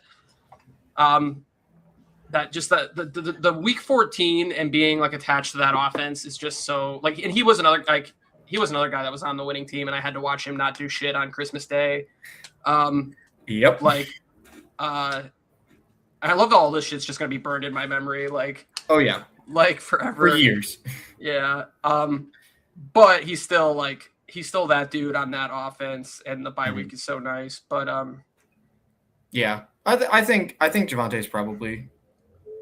The thing about it is like I think you're going to get 2 wide receivers you like, no matter what, right? Because like, I mean, how are you on Neighbors and Eliminator now at like that 2-3 turn spot? Like, are you getting some, or are you kind of like, eh? I mean, I'm definitely I was so out on him, and then when the news hit that he was like maybe going to play week 1, I think I took him in like what felt like 30 consecutive drafts. It wasn't that much, but it's enough that I'm like now overweight. Oh, that's on nice, Neighbors. actually. That's nice. So I don't think I have. Oh, maybe I do in Eliminator. I don't know, because I kind of did the same thing. It was like Neighbors is back on the menu, boys, and it was just like we're ripping him anywhere if he's anywhere close to ADP. yeah, And I remember like Neighbors is just a first round pick if he's completely healthy from the start of the season. Him, so like, sure, I'll take him at the 2-3 turn. I'll take him in the middle of the second round if I need to. Like, I don't know, like, not obviously I won't be taking him in the middle of the second round yet, but I could see a point where I'm like, yeah, I would take Neighbors in the middle of the second round. Yeah, no, for sure. And I'm starting to see it, especially in the time, like, because I was doing a Pitbull or two yesterday, and in those time box ones where there's like, what's even the point of trying to fuck with it? It's like, bam, I saw him go like middle second for sure. Yeah. And I remembered what I got. I knew I got sidetracked when I started talking about the long view. Oh yes. But the guy that running on air that I was like, oh my God, he looks healthier than all these guys was freaking Tank Dell. Tank Dell looked fast as shit. And I was like, oh damn. And like the sidekick started to move him up. And I was already like a little bit like, I'm just a sucker for that guy. Like I like Tank Dell. Like he's like, and I don't know if it's a good pick. Like I said, the reason I got sidetracked is it was fresh in my mind that Gretsch was like, now, but Gretsch comes from a redraft brain. Like that makes sense. Like different. That makes more sense. But like if you can get Tank Dell as like your like penultimate pick, and like, which I don't know if he's even going, maybe he's going a little earlier now, but I feel like I've gotten him with my like 17th round pick or something. Okay, now he's kind of up there. Yeah, that's like what, that's higher now. Round ish. Yeah. Anybody with a pulse now is like, just get your last wide receivers in the 14, 15, and 16, and then like get a tight end and like a flyer RB in the final round or something. Like, yeah, I'm hoping that there is like, by the time that these are all at the point where I'm taking picks in the last round, that it's like, oh, okay, they've become comfier than where we are now, because right now it's awful. Yeah, terrible. And I think people think in slow drafts you don't get the same kind of fallers or something. I don't know. There's been times where like you log on and there's a guy 15 picks past ADP, and it's like it's a different beast. But I still think you get those fallers sometimes. Oh, yeah. And it'll be interesting also to see. I think right now there's definitely more casuals in the lobbies. I know right now you're on your slow drafts. You're not jumping in the other lobbies just at this moment in time. Yeah, which I think might work out for you, because I actually think we're in this weird window where the hardcore people are now drafting. They're like, it is draft season. Like, we are drafting. And the casuals are starting to trickle in. But I think I saw a graph. Someone posted like a graph. And it's really like later into August is when you get the people who have no, like, are unmoored. You know what I mean? They have no idea really what's going on. So you might see like right now. So everyone's drafting is like if you're getting into a draft, like you're basically like, who went in, like there's so many people who are getting in a draft right now to specifically draft. I'm trying to think of like a good example of like someone who's getting hype, but like these like they're Jacoby getting in a Lane, draft. perhaps. Yes, they're getting in a draft to draft Jacoby Lane. I mean, I'm taking a shitload of him as well, but like they're getting in a draft to take Cyrus Allen. They're getting in a draft to take Caleb Douglas for the Dolphins. Like their purpose of getting in that draft is like, this is the shiny new toy. I don't know, like you're going to get that period, I believe at least in late August, where people are just like, I could win $2 million. And like, and they're just hopping in, and they're not saying like, oh, this is my draft where I do X. It's just like, they're just drafting. Yeah. And there's this underdog site, and my home league draft is in 3 hours. Let me just rip something here. Yeah. Exactly. Yeah. A-Chain, Scatterboo, Rico. You're good. Nice buy distribution. Nice and clean. Little 3-pick past ADP on Carnell. I'm fine with taking him as a rookie. Like I'm like, I don't care. You know, I was looking at like the top 5, top 10 picks for receivers as rookies, and I'm like, oh, these guys are fine to take early. It's the later first round picks where it's like, maybe I'm a little bit more worried in this particular contest. Like, yeah, they're comparing him to Devontae Adams. Like, I'm sure that's BS. And like, who knows? Like, Ward might be so bad that it's like, but I don't know. I'll take the like TD rookie. Like, Yeah.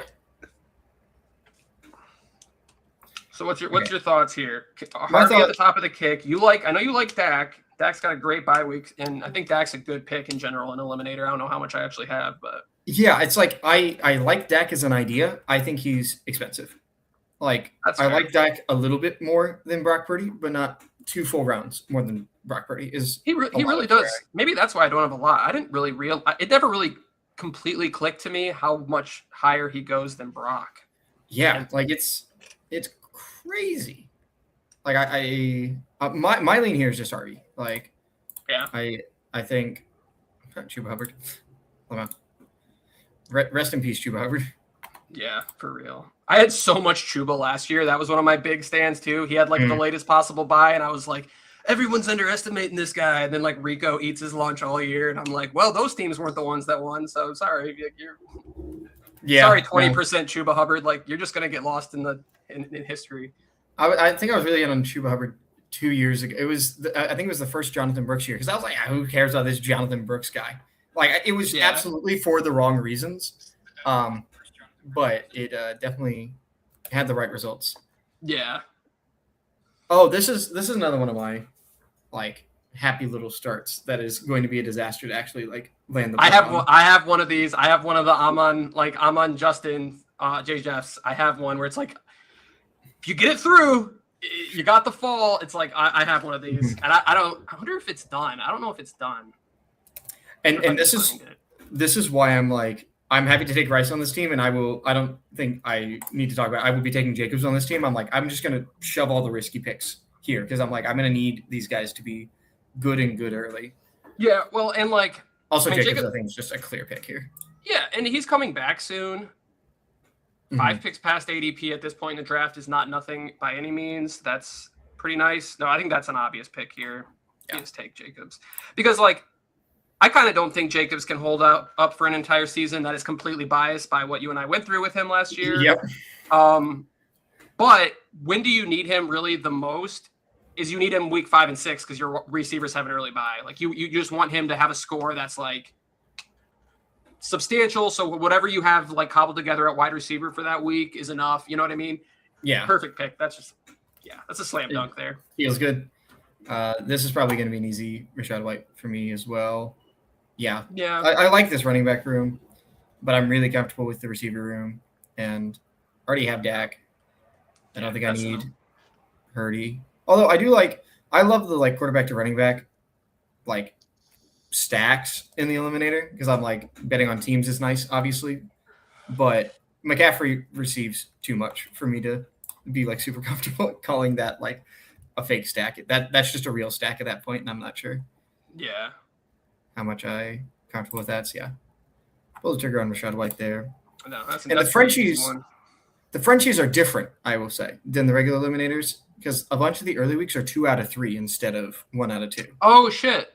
See, and that's the kind of stuff that I think the kick is so cool because you know it's accounting for that in a way that like we're just not able to. I don't know what that really means in terms of difference. Like that doesn't mean a lot to me. Yeah, but it's there. Yeah, I like Judkins over Bucky, but when I have Bijan, I'm taking Bucky. Yeah, here. I like the Bucky pick a lot there. It's so comfy when you get a good wide receiver. You get one of the first 2 running backs, you know, Gibbs or Bijan, you get Javonte, and then you get Bucky and you get like a nice wide receiver. Like that feels so cozy. Like that's just it's just nice. Like it's just We're at the exact same spot in this one, huh? Yeah, well. This is what happens when you rip a bunch in at once too. You get like the same, you're like, I made the same pick. 50. It's like I think we were talking about the psychologically. You really probably made like 2 of the same pick, but in your head, you're like, I just took so and so 15 times in a row. Like, I will be taking Bucky again, and I'll probably take Judkins and Bucky here. End up with the 3 running backs, 2 receivers. Yeah. Just, again, feels really comfy. And I'm like, I think Judkins could be huge. I kind of wish I had a little more Judkins. I need to like check that. I don't think I have a lot in Eliminator at all, but I'm kind of curious. I just like the Browns are going to be bad, sure, but like I gotta let my cat in. Hold on one second. Yeah, I'm sorry, Kiki.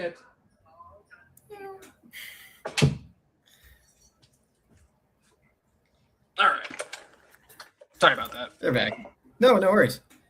Yeah, I think I won't have any trouble saying Luther Burden over Travion Henderson here. I don't know why the kick keeps suggesting Travion Henderson in this format. Like I don't think he's going to be very. You get him a lot. You get him a lot. If you're top clicking, like I don't know if like the ADP's shifted or something, but recently it's like. And it doesn't matter if you have week 11 running backs. It's just like Travion. So getting him all the time. Like, and everything I've heard out of camp has been very bearish on him. And I didn't like his price before I heard all this news. And I'm like, why? What's going on? Huh? Yeah. No, it's weird. It's a little weird. Yeah. But what? Now I'm gonna have my cat talking shit to me. Oh.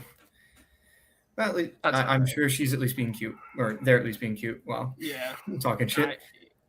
He's a cutie for sure. A little Breece Hall coming up to the top. Yeah, this is exactly the spot where it's like, damn, this sucks. Yeah, I know.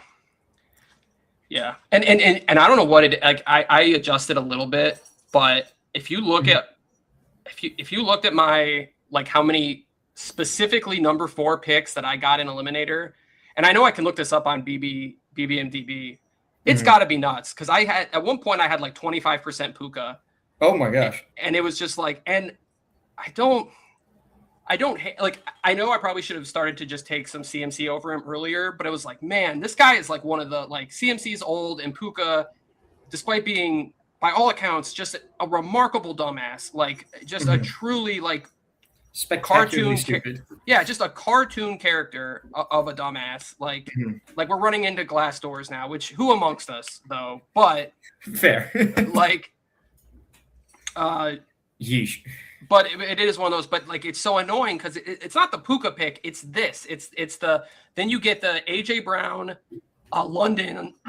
A lot of the times, which is like, God, that London fall feels so good. But then you're like, okay, if I make it that far to week 11, which again, that's probably a pipe dream it absolutely is mathematically a pipe dream in most scenarios, but like, it still feels weird. And then, but to get one of these running backs, so you feel like you got a good, you feel like you're kind of reaching a little bit. Like I've definitely taken the Breece Hall and just said, fuck it. I've definitely taken the Javonte.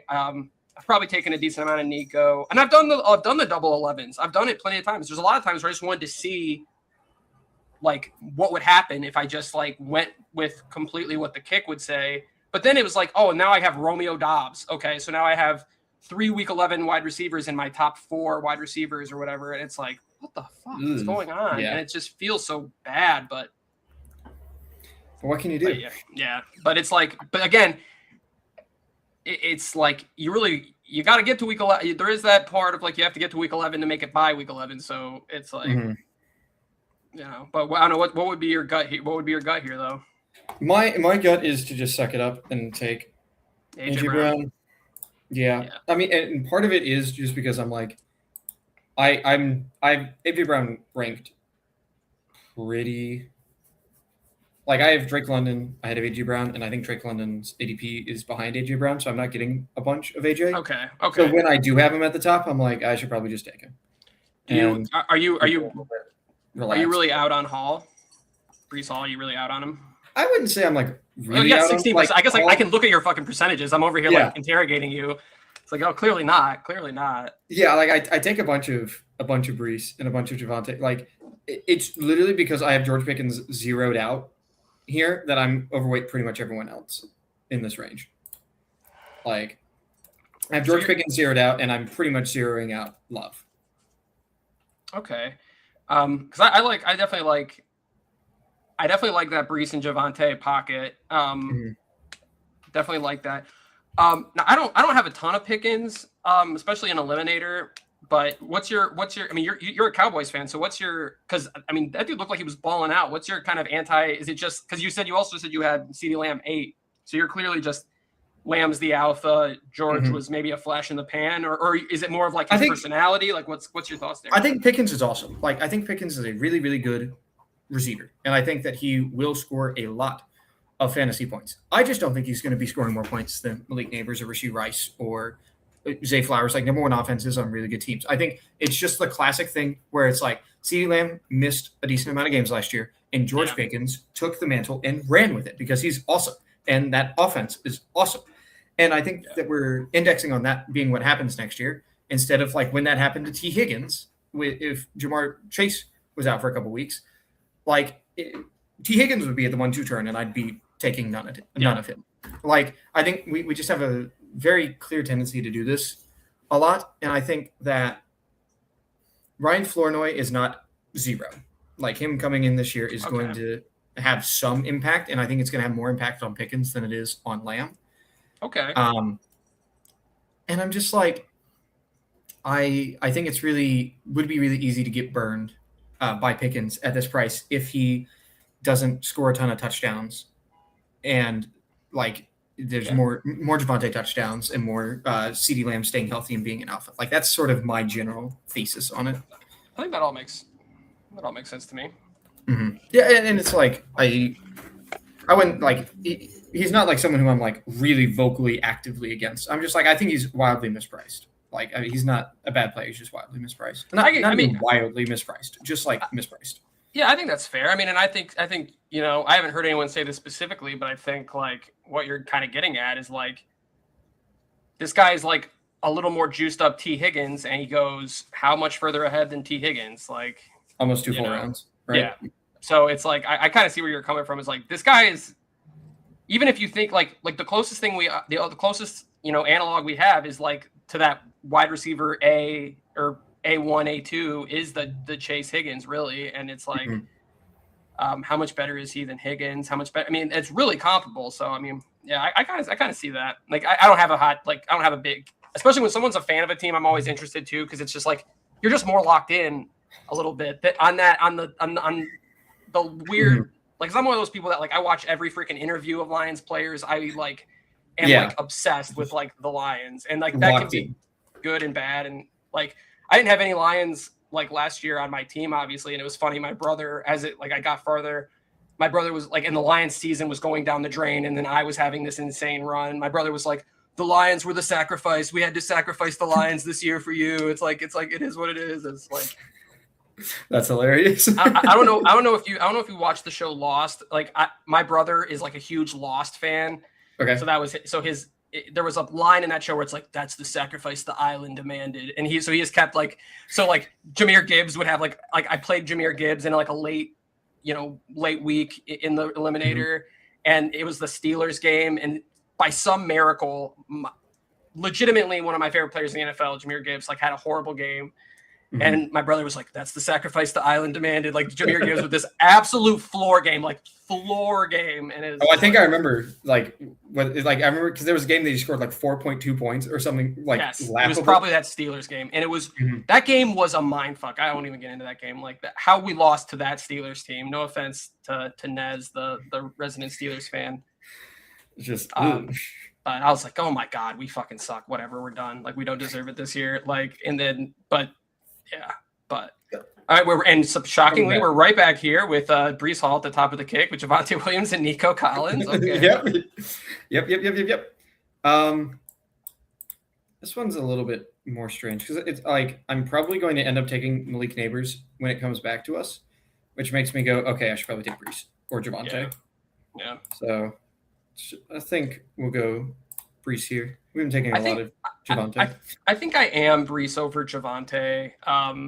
In a vacuum, like it's like it's tough because it's like, oh my God, the Dallas Cowboys offense is going to score so many more points. So maybe that's a bad take, but it's like Breece is just so dynamic and so much better than Javonte. Yes, he's just so much more talented. And they're supposed to have a good offensive line. The Jets are supposed to have a good offensive line, and like maybe like the thing about the Jets is like what if they are somehow that bad team where they're bad? Because the one thing that the Jets did is they sold off their whole team last year, but it was all their defense. It was like their incredible defensive tackle, Sauce Gardner. I think they even lost a linebacker. Like they just have no defense. So maybe but they have an offensive line. So maybe they're like this team that sucks by losing like 42 to 28. Yeah. Instead of like how like the Browns used to suck, which I think the Browns have a chance for that too. It's like, well, like we're so used to the Browns having this defense and that a Browns game looks a certain way. And it's like, well, maybe it doesn't look that way anymore because you got rid of like a truly generational talent at defensive end. Mm-hmm. Yeah. I think what came into my mind as you were saying that is like, what if the Jets are just the Cardinals from last year?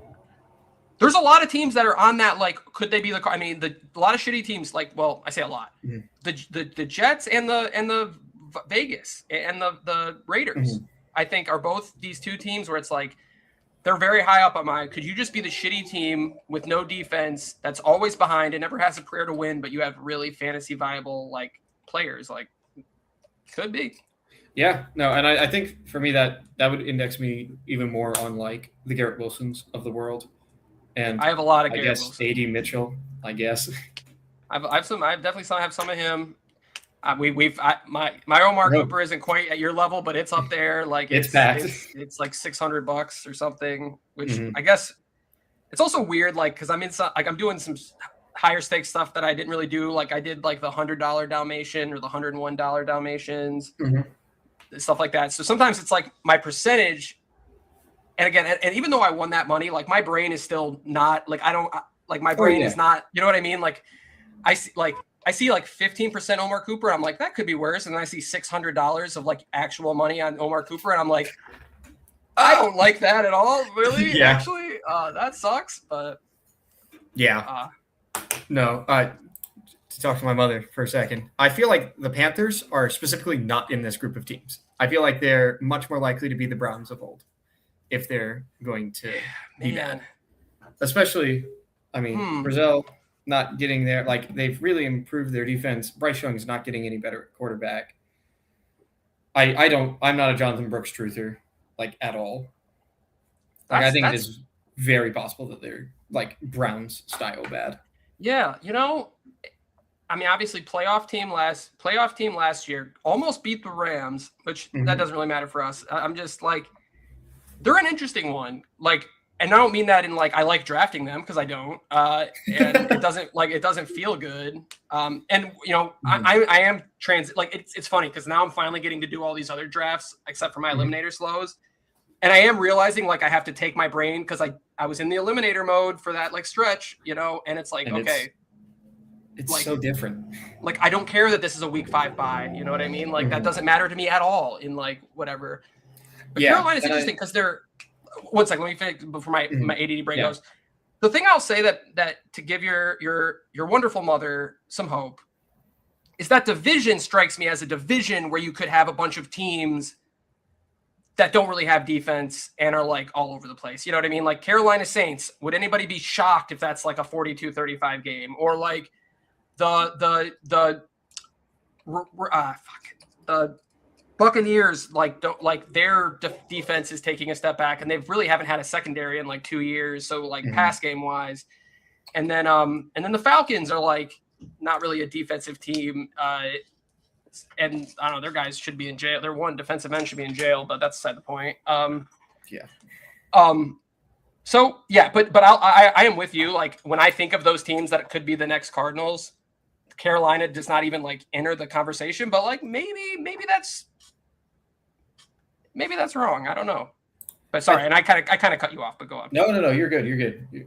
I was just going to say, I think I know my mother's doing a bunch of weekly winners stuff. So that's a lot of where her stuff is coming from. And I think like that's a very different style of bet than like I've not entered that once. I do not plan to enter it. I think it is so incredibly different than anything that I've looked at. And I'm like, okay, maybe in that contest, sure. Like you just get the nuke game and it's like and everything works out. But I think from a week in, week out perspective, I would be less less enthusiastic, but they are all incredibly cheap, Yeah. except for Ted. So. Yeah. I've done one weekly winners team. It was, I think, entirely top clicked. That's one where if I'm paying for this tool, and that's one of those contests where I don't have any takes for the weekly winners. Like, oh yeah, Shady Daddy, you tell me like what to do. You like let your robots tell me what to pick for weekly winners, because I don't. I drafted a couple. I might have still only did one last year, but it's like you draft a couple of those. You check on them when you're desperate. Like your daily teams are all dead. Everything like it's too early to start. Whatever. You got 80 eliminators left, and it's like it's hard to even go through all those at that point. And then you check your weekly winners, and you are nowhere near the cash line, and you're like, well, that didn't give me any serotonin either. So like, I guess I'll like start new hobbies or something. Yeah, I guess I have to do something else in my life. Yeah, it's time to move on. But yeah, little KW ETN or Etchen start I'm on a stream. I get to talk about the Achan name thing. I'm sick of everybody being so fucking dogmatic about Achan's name. Okay, he's a dude who's apparently from that area. All right, I get that the way he said it in the interview was Achan because he's still like Americanizing it, but it's really the Greg Branos, the guy who does Coach Speak. He's the only one who says it right. All right, it's just and Shope from the ADP chasing. It's just Etchen. It's Etchen. Okay, that's this Cajun-y way to say it or whatever. Might sound ridiculous, but like everyone being like, "How dare you?" or whatever. It's like, if the dude has any tie to the French, and you look at that, you know that it's actually not pronounced like Etienne or whatever, like in the Cajun-y way. And I don't know why everyone's so fucking butthurt about the dude being like, oh, by the way, like the way you really say my name, since we're in the area where people actually have this kind of like accent or whatever, like, and maybe I'm like butchering it still, but like I didn't read it as him really being like, oh I have the exact same name as this other guy. Like, no, dude, it's like it's Etchen. It's Etchen. Like, and at least to me, but like Etchen and Etienne like are so different. Like if you say them, they sound very different to me, at least. Like I'm not always great about remembering like players' preferences for names and stuff, as evidenced earlier by having to put money into Pete's Tet swear jar. Yeah. Tetaroya. Tetaroya is a baller name, though. If my name was Tetaroya, I'd be like, don't shorten that shit either. Like, that sounds awesome. Fair. It is a dope name. But like, it's just so funny because everyone's so like, and my tongue is firmly in my cheek as I'm making all this like ranting and raving about like this dude's name. But like, the fact that everyone decided that they could just like completely disregard this guy's preference for his name. Granted, he's not listening to fucking best ball streams, all right? He's living like a real life. But like, I'm like, it's not that complicated. Like, and granted, like part of it maybe is like, I did take a shitload of French in like college and high school. And I'm like, I can see why he's like, no, it's closer to Achan than Etienne. Like, I can see why he's trying to be like, hey, since I'm here, like, I bet he'd get flamed by like people in Louisiana for being like, oh yeah, Etienne. Like, no, your name's Etchen, man. Like, your name's Etchen or whatever. Like, and it's like, it's whatever. It's like, that's just like, every time I hear people like pop off, it's like, listen, like, just fucking whatever. Just call the guy what he wants to be called. Okay. We're not like, we don't get to be arbiters of what this fucking dude's name is. And I get that the timing was weird, but it's so funny. People are so butthurt that he's like, oh, actually it's Achan. Yeah, but even when I listened to the recording, I was like, I don't know, man. It sounds like I think he doesn't want to put too much sauce on it, but it's like it's Etchen. Yeah, I'm like, whatever, dude. Yeah, his name's whatever, dude. His name's his name. Just call him his freaking name, whatever. So this one is one of those weird ones where you have your own personal ranks in. Okay, well you click to ADP. Yes. I'm just curious. Okay, that's more standard, I guess. Yeah, I mean, I feel like I'm not super far from ADP in the ranks. Like, I'm not super on Pollard, I guess, is probably the big difference. But yeah, I didn't realize it was your ranks at first, and I was like, oh, Pollard at the top of the kick, and I don't even see him. Like, okay, like I was like, that's a reach, but it's not. It's really no, it's not a reach. No, I really like Tyler Warren. I think he's going to be really good. I wasn't prioritizing Warren, and he's one of those guys like him and Laporta are two guys. I got more Warren than Laporta. Those are two guys where I'm like, man, could they end up being closer to that like, and Laporta, I still don't know, even though I think he might still pay off his cost. And I wish I had more of him. But like, as much as I kind of entered this stream being like, I do really like Loveland as much as I fucking hate the Bears. If you can't tell, I just hate anybody in the Lions division. Like, I hate them with a passion. I hate the Packers more than all of them. I hate the Packers more than all of them. They are the devil. The Packers are the devil. Tony Squares, Packers fan. It makes sense. The devil. No, I'm just kidding. Tony's great. But like, if you told me, especially with this stuff with Pierce, if you told me like Tyler Warren and Colson Loveland like had very similar seasons, I'm not like surprised at like at all. So like, why am I like I've started to take more Warren lately. Yeah, I think in my mind, and this may just be my Colson Loveland hatred coming across. I think it like in median outcomes, Tyler Warren outscores Colson Loveland. Like I think that I would still probably take Colson Loveland like if they're competing ahead of Tyler Warren because I think his upside's a little bit higher. Yeah, or like actually quite a bit higher. Like the ceiling for Loveland is higher than Warren, but I think their median outcomes, I think Tyler Warren is more likely to score more fantasy points this year than Loveland, especially if this Burden injury turns out to be nothing. Yeah, yeah. I don't know if I agree, but the more I think about it, the more I just think that they should be really close to each other. Yeah. And whether that's like, Warren going way up or whether that's Loveland like coming down, like I kind of don't think Loveland should be going down. So maybe Tyler Warren's just a giga smash. Like I don't know. Well, you know what? That's what I like to hear right as I click him. So yeah. And this is going to work out perfect. You have a couple more left, and I'm realizing this has been a blast. I really appreciate. I know this was just improv. I just like this has been so much fun, but I'm so glad that you decided to come on. This has been great. It's better than like I would have drafted more baseball teams, but I'll have plenty of time to waste money on preseason DFS and baseball. But I will just say again, man, like great job on the show. Thank you. Like it was fun. I had like my biases. I had my people like Chad Candles, and emo, like people that I knew, like just on the internet knew, like not like in real life or anything. Like, and you were one of the ones where I was like, I just as it went on, I was like, man, I really like this dude. Like he's got more juice and than I thought he did, and he knows he's got some takes, and like I love like the fact that you're like a musical actor is just sick. Like I personally think that's just awesome. So like I know that's not necessarily like those two spheres are kind of the combination of like but you're also like into poker, so like that makes sense why you're into this stuff. But like I don't know, I thought your story was so unique and cool, and like to see you grow in that show was really awesome. And it's just I'm glad you're still doing the streams and like bringing showing the Eliminator love. Like that's just awesome. So I do want to say that before we wrap up. Yeah, I appreciate it, man. Yeah, I think I need to just get these 4 picks done pretty quickly and then sign off on the stream, and then I gotta pretty much head out. Yeah, I say we just say fuck the kick, bang Kenneth Walker. What do we got? Absolutely, yeah. Kenneth Walker, CeeDee Lamb, sign off. Damn, I'm so fucking Kenneth Walker pilled. Like I just don't care. Like yeah, he's gonna be great.